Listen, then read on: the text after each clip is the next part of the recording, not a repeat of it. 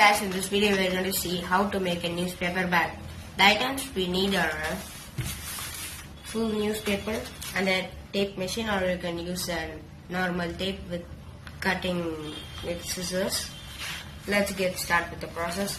Now we have to take the paper fully and ensure that you make a fold like this on the first page on the title,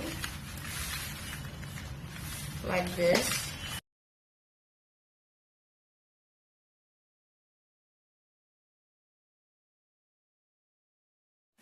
And guys, we are going to make the bag as we finish this step, and make sure you don't fold this part when we are folding. It's in the next step. Don't fold here and fold here, where on which side we can see the papers are open.